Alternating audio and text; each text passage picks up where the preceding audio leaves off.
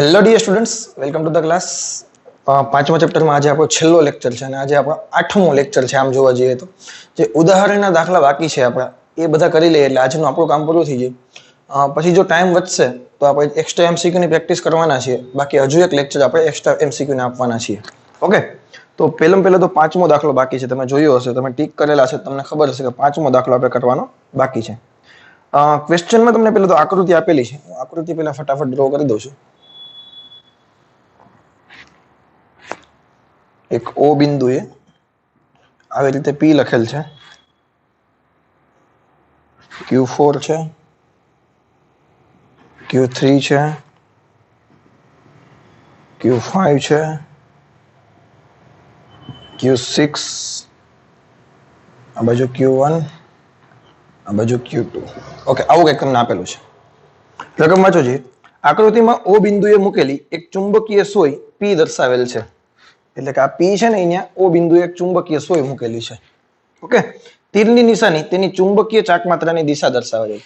તો ચુંબકીય ચાકમાત્રા આ બાજુ આપી તો એનો મતલબ એમ થાય કે આ બાજુ કોઈ એક ચુંબક હશે તો એ આવી રીતે રાખેલો હશે. કારણ કે ચુંબકીય ચાકમાત્રાની દિશા S થી N તરફ હોય. આ વસ્તુ ખબર પડી? ચુંબકીય ચાકમાત્રાની દિશા પરથી આપણે ચુંબક દર્શાવતા શીખી ગયા. બીજા તીર તેના જેવી જ બીજી ચુંબકીય સોય Q ના જુદા જુદા સ્થાન દર્શાવે છે અને ચુંબકીય ચાકમાત્રાની દિશા છે. જો ટોટલ 6 સ્થાન તમને આપ્યા છે તો આ સ્થાને ચુંબક કેવી રીતે હશે? એકનું બતાવું, અહીંયા હું અલગથી બતાવી દઉં. ચાલો, તો અહીંયા S હશે, અહીંયા N હશે. એવી રીતે બધામાં તમે દર્શાવી શકો છો. પરંતુ હું ચુંબક મારે દર્શાવવાની કોઈ જરૂર નથી, કારણ કે મને ચુંબકીય ચાકમાત્રાની દિશા ખબર છે. એટલે આ આપણને ખબર જ હોય, S થી N તરફ હોય. કઈ સંરચનામાં તંત્ર સંતુલનમાં નથી? કઈ સંરચનામાં તંત્ર સ્થાયી સંતુલનમાં છે કે અસ્થાયી સંતુલનમાં છે?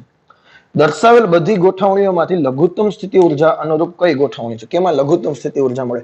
MCQ ની દ્રષ્ટિએ મારા ખ્યાલથી સારામાં સારો MCQ આમાંથી બની શકે છે, બેઠો પૂછવો હોય તો પણ. હવે તમે વિચારો, પહેલા તો આપણે એવું માની લઈએ કે P સોય છે એ ઓલરેડી પેલા અહીંયા હતી જ. તો P સોયનું ચુંબકીય ક્ષેત્ર કેવી રીતે હશે? P સોયનું ચુંબકીય ક્ષેત્ર દર્શાવવાનો પ્રયાસ કરીએ આપણે તો N માંથી ક્ષેત્ર રેખાઓ નીકળે, S માં દાખલ થાય, એટલે અહીંથી અહીં દાખલ થતી હશે ને. ક્લિયર? એક મોટી બતાવી દો આવી રીતે.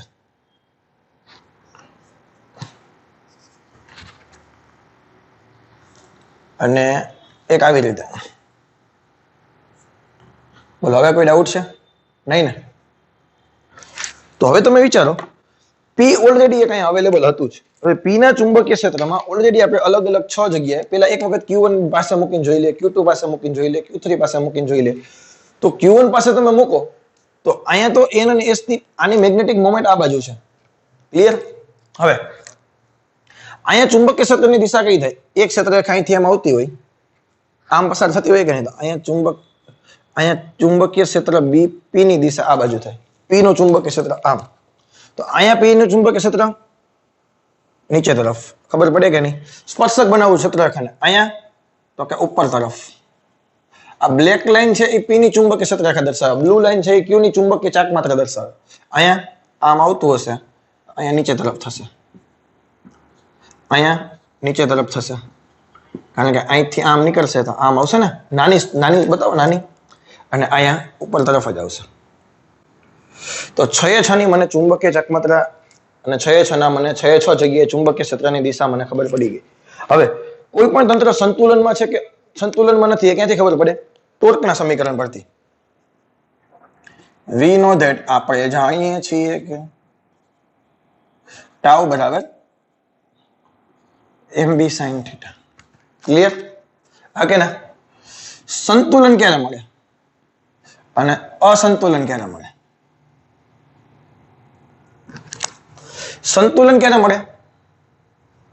કે ભાઈ ટોર્ક 0 થઈ જાય તો જ સંતુલન કહેવાય ને. બાકી તો ટોર્ક હોય તો ફરવાનું ચાલુ ન રાખે. સંતુલનનો મતલબ શું થાય? પ્રદક્ષિણા કરવી જોઈએ નહીં, ફરવું, ભ્રમણ થતું બંધ થઈ જવું જોઈએ.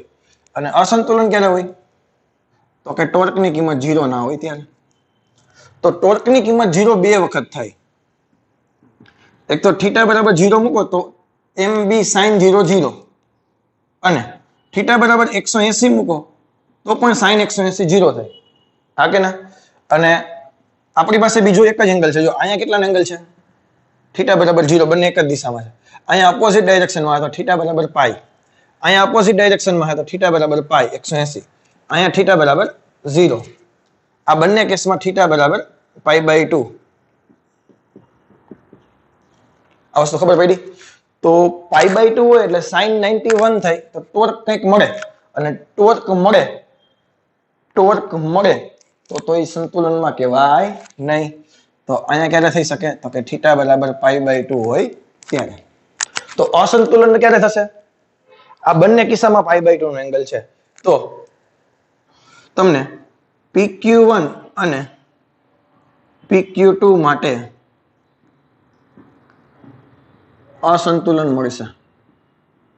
આ વસ્તુ ખબર પડી? આ તમારો પહેલો આન્સર આવી ગયો. આ બંને કિસ્સામાં તંત્ર છે એ સંતુલનમાં છે નહીં.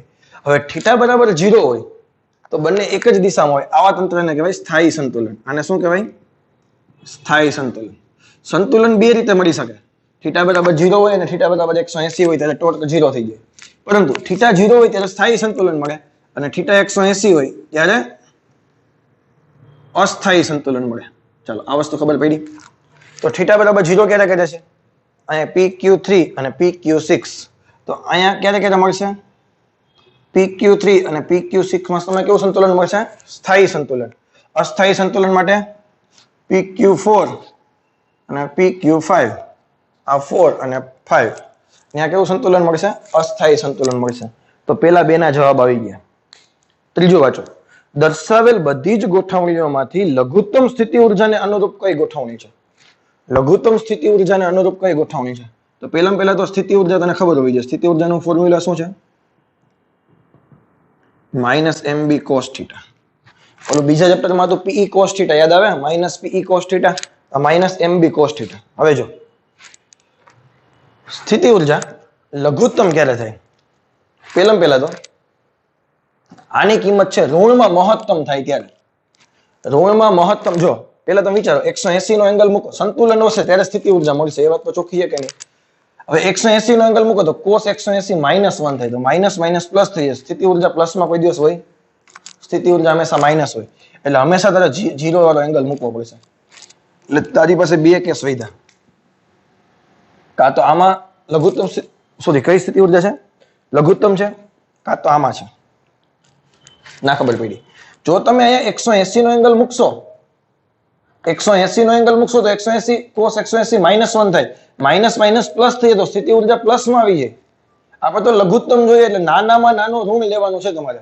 તમને -50 મળતું હોય તો -40 ગોતવા નહીં જવાનું. કહેવાનો મતલબ મારો આવો છે. ઋણમાં મેક્સિમમ મળે એટલે સ્થિતિ ઊર્જા તમારી લઘુત્તમ થઈ ગઈ. એટલે થીટાને તમે ભૂલી જાઓ. થીટા પરથી મને બે વસ્તુ ખબર પડી. આ બે જગ્યાએ સ્થિતિ ઊર્જા લઘુત્તમ થશે. બંનેમાં m ની કિંમત તો સમાન જ છે. બંનેમાં m ની કિંમત તો સમાન જ છે. તો u proportional to -b વધ્યા. ક્લિયર? એટલે b લખો કે bp લખો. તો જેમ bp ની કિંમત વધારે, magnetic field eight point p, bp ની કિંમત વધારે, તેમ સ્થિતિ ઊર્જા વધારે ઋણ થશે. તેમ સ્થિતિ ઊર્જા વધારે ઋણ થશે. તો કઈ જગ્યાએ મેગ્નેટિક ફિલ્ડ છે એ વધારે છે એ ચેક કરવાનું છે. હવે તમે વિચારો, એક અલગથી આકૃતિ બનાવો. અહીંયા આ P બિંદુ વાળી લાઈન છે, અહીંયા Q2 છે, સોરી Q3 છે, અને અહીંયા Q6 છે. તો Q3 છે એ વિષુવ રેખા પર થયું. જો આ મેગ્નેટના Q3 વિષુવ રેખા પર થયું, અને આ એની અક્ષિસ ઉપર થયું. બોલા કે ના? આ એની અક્ષિસ ઉપર થયું. હવે આ આકૃતિ ચેકી નાખો, કારણ કે મેં સાઈડમાં થોડુંક અહીં લખી નાખ્યું છે બધી વસ્તુ. એટલે હવે આપણે આઈડિયા આવી જશે. હવે જોજો હું જે બોલું તે તમને ખબર છે. કોઈ પણ મેગ્નેટ હોય, આવી રીતે મેગ્નેટિક મોમેન્ટ છે. આ બાજુ S છે, આ બાજુ N છે. તો અહીંયા એની વિષુવ રેખા થઈ ગઈ. વિષુવ રેખા આગળ ચુંબકીય ક્ષેત્ર કેટલું થાય? μ0/4π m/r3. અને આ થઈ ગઈ એની અક્ષિસ. અક્ષિસ ઉપર ચુંબકીય ક્ષેત્ર કેટલું થાય? μ0/4π 2m/r3. આ બધાને આપણે ખબર જ છે, જેટલા આ મારા લેક્ચર ભરેલા છે એમાં આપણે આ વસ્તુનું ડિસ્કશન થઈ ગયું છે. બોલા કે ના? તો અહીંયા જે બિંદુ હતું એ ક્યુ હતું, Q3, તો એ તો વિષુવરેખા આગળનું બિંદુ છે, તો તેના કરતા ચુંબકીય ક્ષેત્ર Q6 આગળ કેવું થશે? વધારે થશે. તેથી અહીં Q6 આગળ, PQ6 આગળ BP વધારે થશે, તેથી PQ6 આગળ સ્થિતિ ઉર્જા વધારે લઘુત્તમ મળશે. તમને પૂછે મહત્તમ ક્યાં મળે? તો ભાઈ π/2 વાળો એંગલ હોય અહીંયા. તો π/2 વાળા એંગલ હોય કોણ હતું? Q1 અને Q2. એટલે યાદ કરો ભાઈ, અહીંયા હતા Q1, આમ હતા ને, અહીંયા P વાળી લાઈન છે, અહીંયા Q1 છે, અહીંયા Q2 છે. બંને છે એની વિષુવરેખા પર જ છે. બંને ક્યાં છે? એની વિષુવરેખા પર જ છે. તો બંને આગળ સ્થિતિ ઉર્જા મેક્સિમમ મળશે. તને એક્સ્ટ્રા કરાવું છું. તમને એવું ક્વેશ્ચન પૂછીએ કે સ્થિતિ ઉર્જા મેક્સિમમ ક્યાં થઈ શકશે? તો કે ભાઈ અહીંયા તો બંને વિષુવરેખા આગળ જ છે, કારણ કે સ્થિતિ ઉર્જા છે મેક્સિમમ ક્યારે થશે? π/2 હોય ત્યારે. π/2 વાળો કેસ છે, મેક્સિમમ એટલે 0 થશે. હા કે ના? સોરી, એક મિનિટ, ભૂલ થઈ આપણી. કારણ કે એક π/2 વાળા કિસ્સામાં તો 0 થઈ જાય, cos π/2 0 થઈ જાય. સોરી, સ્થિતિ ઉર્જા શૂન્ય ક્યારે થઈ શકશે? તો કે Q1 અને Q2 આગળ લખી નાખો. સ્થિતિ ઉર્જા શૂન્ય ક્યારે થઈ શકશે? તો કે PQ1 અને PQ2 આવે, કારણ કે cos π/2 0 થઈ જાય. તો મહત્તમ ક્યારે થાય? તો કે 180 નો એંગલ હોય ત્યારે. તો કે PQ4 અને PQ5. એક મિનિટ આકૃતિ દોર દો. હવે હું ને વધારે ડીપમાં જવા માંગુ છું. આ 5 છે, આ 4 છે, અહીંયા ક્ષેત્ર અહીંયા છે, અહીંયા ક્ષેત્ર આમ છે. હવે વિચારજો, સ્થિતિ ઉર્જા શૂન્ય ક્યારે થાય? તો કે Q1 અને Q2 આગળ એંગલ 0 થઈ જાય. સ્થિતિ ઉર્જા મહત્તમ ક્યાં થશે? તો એક તો 4 આગળ અને 6 આગળ. અહીંયા એંગલ કેટલાનો બને છે? 180. cos 180 -1. હવે આ છે એ અક્ષિસ ઉપર છે અને આ છે એ વિષુવરેખા ઉપર છે. તો અક્ષિસ આગળ ચુંબકીય ક્ષેત્ર મેક્સિમમ થાય, એટલે અહીંયા છે એ સ્થિતિ ઉર્જા કેવી થશે? મેક્સિમમ. મિનિમમ ક્યાં થશે? અહીંયા મેક્સિમમ, અહીંયા મિનિમમ અને અહીંયા 0. અહીંયા પણ 0. Q1 અને Q2 આગળ 0 0. સમજાઈ ગયું?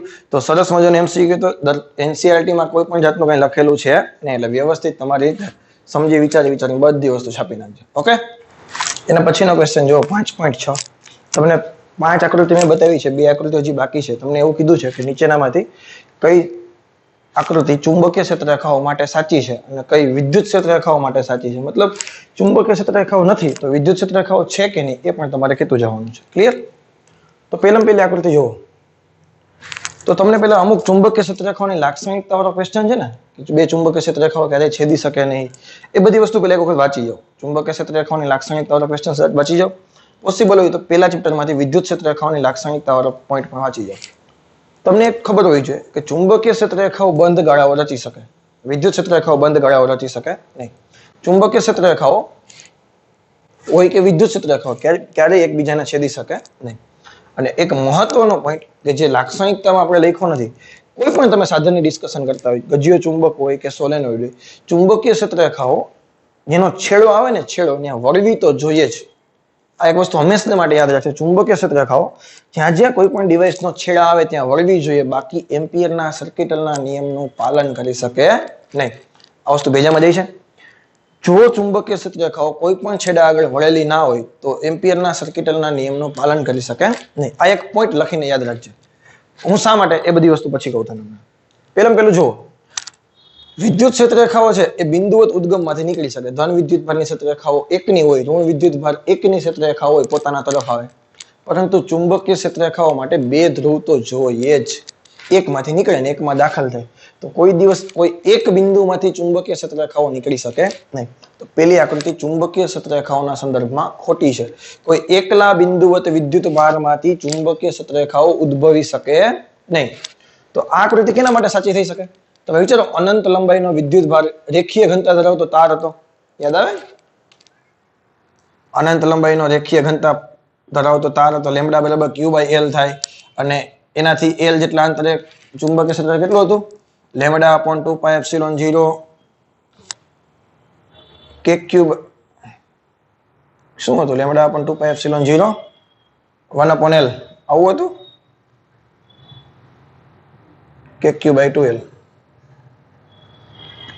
કે ક્યુ લેમડા બાય 4l સમથિંગ આવું કઈ ઇક્વેશન હતું તમે જોઈ લેજો હું મારા ખ્યાલથી થોડું ઘણું મને ભૂલાઈ ગયું છે 99% તો આવું જ કંઈક હતું તો આ જે ક્ષેત્રરેખાઓ છે એ કેની ક્ષેત્રરેખાઓ થઈ શકે અનંત લંબાઈ ધરાવતા વિદ્યુત ભારિત તારની વિદ્યુત ક્ષેત્રરેખાઓ હોઈ શકે પરંતુ ચુંબકીય ક્ષેત્રરેખાઓ હોઈ શકે નહીં. બીજી વસ્તુ અહીંયા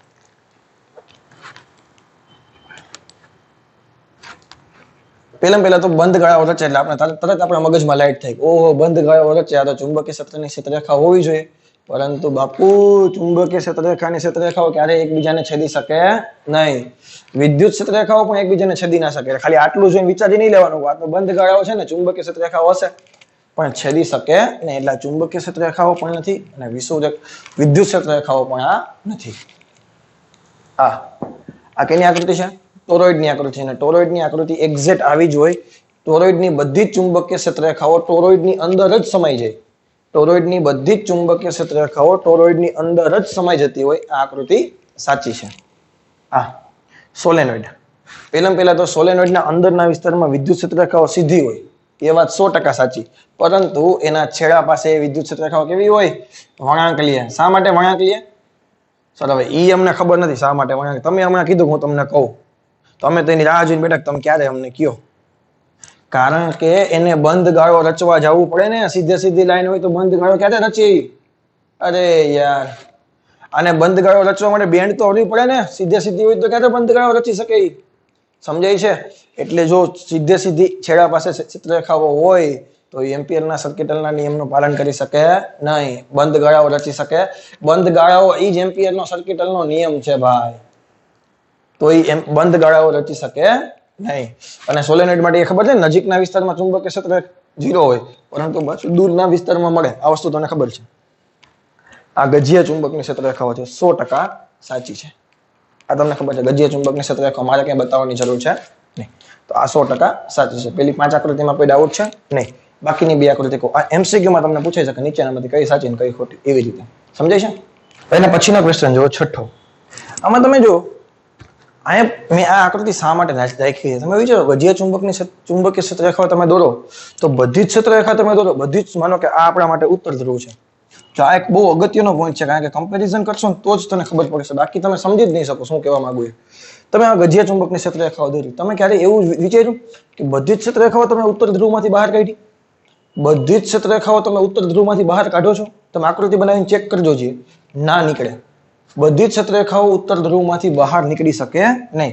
બધી જ ક્ષેત્રરેખાઓ દક્ષિણ ધ્રુવમાંથી બહાર નીકળી શકે નહીં. અહીંયા તમે વિચારો અહીંયા જે તમે તકતી ઉપર વિચારી ઉપરની તકતીમાં બધી ચુંબકીય ક્ષેત્રરેખાઓ બહાર નીકળી છે. આ વસ્તુ ક્યારેય પોસિબલ જ નથી.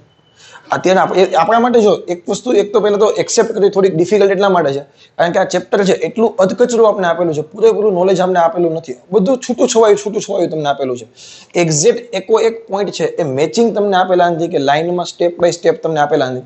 કારણ કે આ ચેપ્ટર એક તો નાનું એવું ચેપ્ટર છે અને આમ જોવા જઈએ તો આપણા માટે નાનું એવું છે પરંતુ આની રેન્જ ઘણી બધી વિશાળ છે. જો તમે વધારે ડીપમાં આમાં સ્ટડી કરવા માંગો તો ઘણું બધું વિશાળ ચેપ્ટર છે. ચુંબકત્વ અને દ્રવ્ય બહુ વિશાળ ચેપ્ટર છે પરંતુ આપણા સિલેબસમાં આ બહુ નાનું એવું આપેલું છે. ઘણા બધા પોઈન્ટ આમાં કપાઈ ગયેલા છે જેથી કરીને આપણે ઇઝીલી સમજી શકતા નથી. કોઈ પણ ચુંબકીય ક્ષેત્રરેખાઓ તમે દોરો ને બધી જ ચુંબકીય ક્ષેત્રરેખાઓ ક્યારેય તમે ઉત્તર ધ્રુવમાંથી દોરી જ ના શકો. સાંભળજો હું જે કહું છું ક્યારેય તમે બધી જ ચુંબકીય ક્ષેત્રરેખાઓ ઉત્તર ધ્રુવમાંથી દોરી શકો નો મતલબ શું થાય તમે પ્રેક્ટિકલ કરીને ચેક કરો. માનો કે લોખંડના ભૂકા તમે પ્રેક્ટિકલ ચેક કરો તો ક્યારેય બધી ચુંબકીય ક્ષેત્રરેખાઓ ઉત્તર ધ્રુવમાંથી ના નીકળે. સમજાય છે? એક વસ્તુ હંમેશા યાદ રાખજો કોઈ પણ બંધ પૃષ્ઠ હોય તો બંધ પૃષ્ઠ સાથે સંકળાયેલ ચુંબકીય ક્ષેત્રનું રેખા સંકલન હંમેશા શૂન્ય થાય. બંધ પૃષ્ઠ હોય એટલે ચુંબકીય ક્ષેત્રનું રેખા સંકલન 0 જ થવું જોઈએ. આ વસ્તુ ભેજામાં ગઈ તારા. હવે આ બંનેમાં ડિફરન્સ શું છે? કારણ કે તમે અહીંયા બધી ક્ષેત્રરેખાઓ આ તમે જો એન ધ્રુવમાંથી નથી દોરી, આ તમે જો એન ધ્રુવમાંથી નથી દોરી. બંધ ગાળાઓ રચે 100% વાત સાચી પરંતુ એન ધ્રુવમાંથી બધી ક્ષેત્રરેખાઓ નીકળતી હોવી જોઈએ નહીં. જો તમે આને એન કહો આને એસ કહો તો અહીં તો બધી ક્ષેત્રરેખાઓ એન ધ્રુવમાંથી નીકળે છે એટલે ચુંબકીય ક્ષેત્રના સંદર્ભમાં આ આકૃતિ ખોટી છે. તો આ વસ્તુ કેના માટે સાચી છે? આ વિદ્યુત ક્ષેત્રરેખાઓ માટે સાચી છે, કારણ કે કોઈ પણ ધાતુની તકતી હોય તો તકતીમાંથી તો ક્ષેત્રરેખાઓ આવી રીતે જ નીકળતી હોય. આ વસ્તુ કેના માટે સાચી છે? કેના માટે સાચી છે? વિદ્યુત ભારિત તકતી માટે સાચી છે, પરંતુ આ ચુંબકીય ક્ષેત્રના સંદર્ભમાં સાચી છે નહીં. અને એના પછીની આકૃતિ જો હું દોરતો નથી, એમાં તમે જોશો ને તો N અને S વચ્ચે બધી જ એકદમ સીધી ક્ષેત્રરેખાઓ દર્શાવેલી છે. તો ક્યારેય N ધ્રુવ અને S ધ્રુવ વચ્ચે એકદમ સ્ટ્રેટ ક્ષેત્રરેખાઓ મળવી પોસિબલ નથી. બધી જ ક્ષેત્રરેખાઓ એકદમ સ્ટ્રેટ ના મળે. જરૂર જો હું સાંભળીએ, અડધી સ્ટ્રેટ છે એવું નથી કે નથી, પરંતુ અડધી વર્તુળાકાર હોઈ શકે. એટલે બધી જ ક્ષેત્રરેખાઓ ક્યારેય એકદમ N અને S વચ્ચે સ્ટ્રેટ હોઈ શકે નહીં. તો છેલ્લી આકૃતિ પણ ખોટી છે. ચલો, ક્લિયર છે આ વસ્તુ? જે 7મો ક્વેશ્ચન છે ને, એ તમારા માટે જરાક પણ આઈએમપી નથી. એનસીઆરટી માટે, મતલબ ગુજરાત બોર્ડ માટે કે જેડબલ્યુ હોય કે નીટ હોય, તમારા માટે આઈએમપી નથી. ચોકડી મારવી તો પણ મારી શકો છો, અને એક વખત રીડ કરવું હોય તો રીડ કરી શકો છો. જો કોઈ વસ્તુ ના સમજાય તો તમે મને પૂછી શકો છો. હવે જે વસ્તુ હું તમને કરાવું છું એ ઉદાહરણનો છેલ્લો દાખલો, 11મો દાખલો, એ હું તમને કરાવું છું, જે આપણા ચેપ્ટરનો છેલ્લો દાખલો બાકી છે. ચેપ્ટર બોરિંગ તો નથી, બોરિંગ તો ના કહી શકાય એટલું બધું, પરંતુ આમ ટેકનિકલ જોવા જઈએ તો એટલું બધું સમજવા જેવું નથી. એટલે ઘણા લોકોને કંટાળો આવતો હશે, પરંતુ ચેપ્ટર નાનું પણ છે, 8 લેક્ચરમાં ફિનિશ થઈ ગયું છે. એમસીક્યુ ની દ્રષ્ટિએ આઈએમપી છે, કારણ કે નાના નાના એમસીક્યુ આમાંથી ઘણા બધા બની શકે છે, અને એટલું બધું લોજિક પણ આમાંથી લગાવવાનું હોતું નથી. તો ચેપ્ટર ઇઝી છે, થોડીક પ્રેક્ટિસ કરશો એટલે વાંધો નહીં આવે, પણ થોડુંક વાંચવું પડશે. ભલે કંટાળો આવતો હોય પણ થોડુંક વાંચવું પડશે. ચલો, 5.11 જો, ફેરોમેગ્નેટિક આયન એટલે કે લોખંડ, આર્યન આર્યન ન બોલતા આયન બોલજો. ફેરોમેગ્નેટિક આયનમાં એક ડોમેન સમઘન આકારનું છે. એક ડોમેન છે એ સમઘન આકારનું છે. આ એક ડોમેન છે. ડોમેન તમને બધાને ખબર છે કે એક નાના એવા વિસ્તારમાં મેગ્નેટિક ડાયપોલ મોમેન્ટ છે એ એકબીજાને સમાંતર, એક નાના એવા વિસ્તાર માટે. તો એની લંબાઈ છે 1 માઇક્રોમીટર. ક્લિયર? આ ડોમેનમાં રહેલા આયન પરમાણુની સંખ્યા ડોમેનની મહત્તમ શક્ય એવી ડાયપોલ મોમેન્ટ, માનો કે બધી જ ડાયપોલ છે એકબીજાને સમાંતર ગોઠવાઈ જાય તો મેક્સિમમ ડાયપોલ મોમેન્ટ મળે કે નહીં, એમ મેક્સિમમ. અને ડોમેનનું મેગ્નેટાઇઝેશન, મેગ્નેટાઇઝેશન કોને કહેવાય? એકમ કદ દીઠ ડાયપોલને એકમ કદ દીઠ ક્ષેત્રને સમાંતર ગોઠવાયેલ પરમાણુની સંખ્યા, એટલે એકમ કદ દીઠ ચુંબકીય ચાક માત્રા. ફિઝિક્સની ભાષામાં કહું તો એકમ કદ દીઠ ચુંબકીય ચાક માત્રા, એને કહેવાય મેગ્નેટાઇઝેશન. ક્લિયર? તમને ઘણી બધી વસ્તુ આપેલી છે. આયનનું પરમાણુય દળ 55 ગ્રામ પ્રતિ મોલ, એટલે કે 1 મોલ તમે લ્યો તો એમાં આયન પરમાણુની સંખ્યા, એક આયન પરમાણુનું દળ કેટલું હોય? 55 ગ્રામ 1 મોલમાં. તેની ઘનતા તમને આપેલી છે 7.9 ગ્રામ પ્રતિ સેન્ટીમીટર ક્યુબ. ક્લિયર? અને દરેક આયન પરમાણુની ડાયપોલ મોમેન્ટ, એકક પરમાણુની ડાયપોલ મોમેન્ટ ખાલી એમ લખી નાખો તો કેટલી છે? 9.27 × 10⁻²4 એમ્પિયર મીટર સ્ક્વેર. ચલો, ક્લિયર? આટલો ડેટા આપેલો છે. પહેલા તો ડોમેનની લંબાઈ તમને આપેલી છે, તો પહેલા તો ડોમેનની લંબાઈ પરથી ડોમેનનું કદ ગોતી લ્યો. ડોમેનનું કદ સમઘન છે એટલે સમઘન કેટલું થાય? L નો ઘન, લંબાઈ ગુણ્યા લંબાઈ ગુણ્યા લંબાઈ. તો આ કેટલા થઈ ગયા? 10⁻6 મીટર. એનો ઘન કરો તો 10⁻18 મીટર ક્યુબ. આ શું આવ્યું? ડોમેનનું કદ આવ્યું. હવે તમને ડોમેનનું કદ મળી ગયું, ડોમેનનું દળ તમને ખબર છે, ડોમેનની ઘનતા તમને ખબર છે. આને તમારે પહેલામાં લખી શકો 7.9 × 10⁻³ વડે મલ્ટીપ્લાય કરી નાખો તો કેજી પ્રતિ મીટર ક્યુબમાં થઈ જાય. 1 ગ્રામ પ્રતિ સેન્ટીમીટર ક્યુબ હોય પાણી માટે તો 1000 વડે મલ્ટીપ્લાય કરો તો કેજી પર મીટર ક્યુબમાં થઈ જાય. ન ખબર હોય તો અહીં 10⁻³ થાય, છેદમાં 10⁻6 થાય, ઉપર આવે એટલે 10⁻³ વધે. ક્લિયર? તેથી ડોમેનનું દળ તમારે જોતું હોય તો દળ બરાબર ઘનતા બરાબર દળના છેદમાં કદ, તો દળ બરાબર ઘનતા ગુણ્યા કદ. ઘનતા કેટલી છે? 7.9 × 10⁻³ ઇન્ટુ 10⁻18. આ કેટલા આવ્યા? 7.9 × 10⁻15. આ કિલોગ્રામમાં આવ્યા. હવે આપણી પાસે અહીંયા ગ્રામમાં છે. જો આ ગ્રામ પર મોલ, તો આને આપણે ગ્રામમાં ફેરવવું હોય તો 3 કાઢી નાખો આમાંથી. 7.9 × 10⁻³ 10⁻12 ગ્રામ. ક્લિયર? તો ટોટલ આપણી પાસે એક ડોમેનમાં આયન પરમાણુનો જથ્થો છે, આટલો આપણી પાસે જથ્થો છે. હવે હું વિચારું મારે પરમાણુની સંખ્યા જોતી હોય તો મને કેવી રીતે મળે? તો હું બુદ્ધિ દોડાવું ભાઈ 55 ગ્રામ હોય મારી પાસે જથ્થો તો એને 1 મોલ કહેવાય અને 1 મોલમાં પરમાણુની સંખ્યા કેટલી હોય 6.022 ગુણ્યા 10 ની 23 થોડુંક લાંબુ કરીને બતાવું ચાલો હવે હું લખો અહીંયા દોડ અને મોલ થોડુંક લાંબુ કરતો હોય તમને મજા આવે એના માટે 55 ગ્રામ હોય તો 1 મોલ કહેવાય તો આટલા ગ્રામ હોય તો કેટલા મોલ થાય 7.9 ગુણ્યા 10 ની -12 ગ્રામ હોય તો કેટલા મોલ થાય તો મોલની સંખ્યા કેટલી આવી 7.9 ગુણ્યા 10 ની -12 છેદમાં 55 આટલા મોલ આવ્યા ક્લિયર 1 મોલમાં પરમાણુની સંખ્યા કેમિસ્ટ્રી પ્રમાણે 1 મોલમાં પરમાણુની સંખ્યા 6.022 ગુણ્યા 10 ની 23 તેથી ટોટલ પરમાણુ કેટલા થયા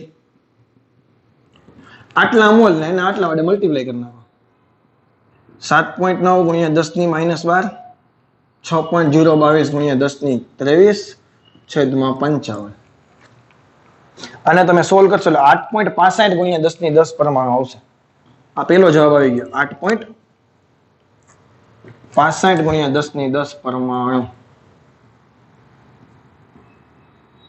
આ પહેલો જવાબ આવી ગયો હવે દરેક પરમાણુની ડાયપોલ મોમેન્ટ છે એ ક્ષેત્રને સમાંતર ગોઠવાઈ જાય ડોમેઇનમાં આટલા પરમાણુ આવ્યા અને દરેક પરમાણુ એક જ દિશામાં ગોઠવાયેલા હોય તો મેગ્નેટાઇઝેશન અથવા તો ચુંબકીય ચાકમાત્રા મહત્તમ મળે કે ના મળે હા કે ના તો એકક પરમાણુની ચુંબકીય ચાકમાત્રા આટલી છે તો મહત્તમ ચુંબકીય ચાકમાત્રા કેટલી મળે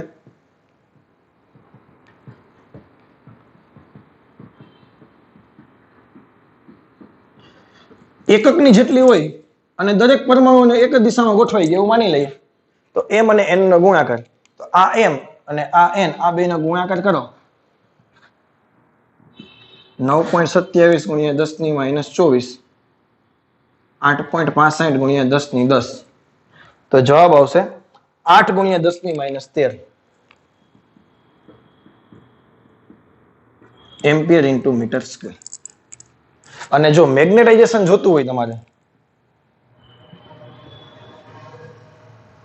એકમ કદ દીઠ મળતી મહત્તમ ચુંબકીય ચાકમાત્રા એને કહેવાય મેગ્નેટાઇઝેશન આ બધું જાણીતું છે તમારા માટે કઈ છે નહીં એકમ કદ દીઠ છેદમાં શું આવે કદ તો આ કેટલા હતા કદ કેટલું છે 10 ની -18 18 ઉપર ગયા પ્લસ થયા તો 8 ગુણ્યા 10 ની 5 આનો એકમ શું હતો એમ્પિયર પર મીટર સ્ક્વેર આનો હતો મીટર ઘન તો આનો જવાબ આવશે એમ્પિયર પર મીટર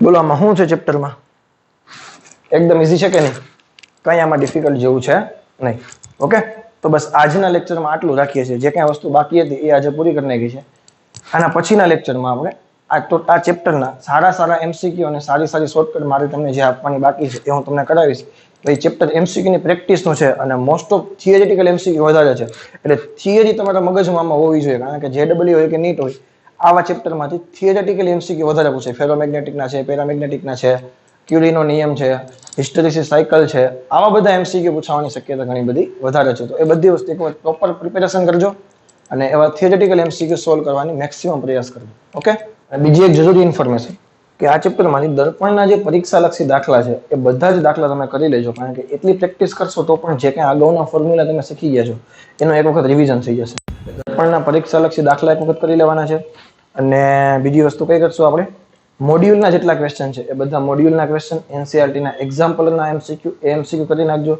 અને હું તમને જે પીડીએફ આપું છું એ પીડીએફના એમસીક્યુ કરી નાખશો એટલે લગભગ તમને 5મા ચેપ્ટરમાં કંઈ આવું નહીં ફરીથી કહું છું થિયરેટિકલી એમસીક્યુ માટે પ્રિપેર થઈ જાજો સમજાય છે ઓકે તો બસ આજના લેક્ચરમાં આટલું રાખીએ thank you very much have a nice day